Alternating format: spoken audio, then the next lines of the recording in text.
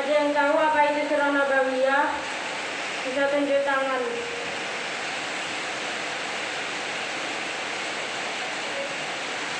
Surah Nabawiyah adalah kitab yang menuliskan tentang perjalanan Nabi Muhammad SAW dari lahir hingga beliau wafat.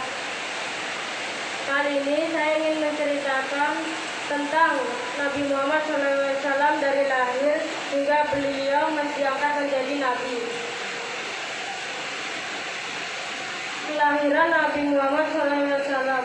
Rasulullah SAW lahir pada Rabiul Awal, yaitu bertepatan dengan tahun gajah, yaitu tahun di mana pasukan gajah yang dipimpin oleh Abraha Habasyah yang tengah ingin merobohkan Ka'bah.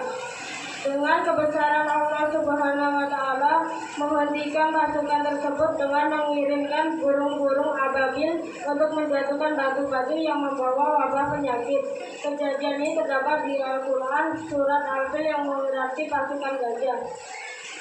Di tahun inilah Nabi Muhammad SAW lahir di Mekah dalam keadaan yatim. Karena Abdullah, ayah Nabi Muhammad, wafat sebelum Nabi Muhammad SAW dilahirkan. Beliau tak lama kemudian ibunya Aminah meninggal dunia di saat Nabi Muhammad SAW bersama ibunya ingin ziarah ke Mekah tempat bapaknya dikuburkan.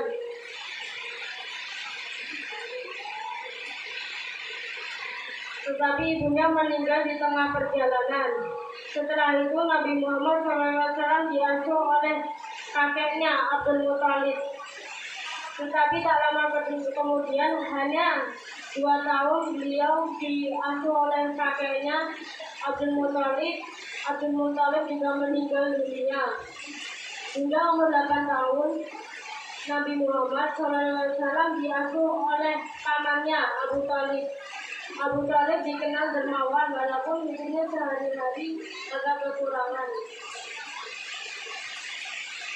Sebelum menjadi Rasul, Nabi Muhammad telah mendapatkan beberapa karunia dari istimewa dari Allah, seperti wajahnya yang bersinar, bersih dan bersinar yang mengalahkan sinar bulan. Suburnya daerah tempat Halimah, ibu yang menyusui Nabi, padahal tadinya gersang dan kering, dan lain sebagainya. Itulah tanda-tanda kebesaran Allah yang menandakan akan datangnya Nabi terakhir yang memiliki kedudukan yang tertinggi nantinya. Pada saat Rasul ingin mendapatkan wahyu pertama, Rasul mendapatkan sebuah mimpi bertemu malaikat Jibril menghadirinya. Rasul pun menyendiri di Gua Hira, tepatnya di sebelah atas Jabal Nur. Disitulah Rasul diperlihatkan bahwa mimpinya adalah benar. Malaikat Jibril pun datang kepada Rasul dan turunlah wahyu pertama yang dia bawakan dari Allah Subhanahu wa Ta'ala. Malaikat Jibril berkata, "Iqra." Nabi Muhammad SAW menjawab, "Mana bikari? Saya tidak bisa membaca." Iqra artinya bacalah. Malaikat Jibril mengulanginya lagi. Nabi Muhammad SAW menjawab, "Mana bikari? Aku tidak bisa membaca." Hingga ketiga kalinya Nabi Jibril melanjutkan kata-katanya, "Iqra bismi rabbikal ladzi khalaq. Iqra wa rabbukal akram, alladzi 'allama bil qalam, 'allamal insana ma lam ya'lam." Disitulah Nabi Muhammad SAW menerima wahyu pertamanya. Hingga Nabi Muhammad SAW mulai berdakwah, dan ternyata kaum Quraisy menuduh Nabi Muhammad SAW itu hanya karangan Nabi Muhammad. Padahal Nabi Muhammad sendiri tidak bisa membaca dan tidak bisa menulis. Hikmah dari cerita ini adalah, ada yang bisa menjawab hikmah dari cerita ini?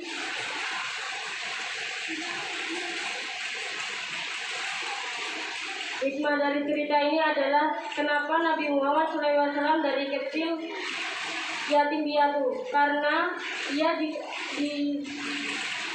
diberikan ajaran sendiri oleh Allah Subhanahu wa Ta'ala melalui malaikat Jibril. Dan kenapa Rasulullah SAW tidak bisa membaca dan menulis? Karena Rasulullah SAW agar itu menjadi bukti bahwa Al-Quran itu bukan karangan Nabi Muhammad SAW. Itu benar-benar dari Allah Subhanahu wa Ta'ala. Demikian surah Nabawiyah yang saya bacakan ini, semoga ilmunya bermanfaat. Wassalamualaikum warahmatullahi wabarakatuh.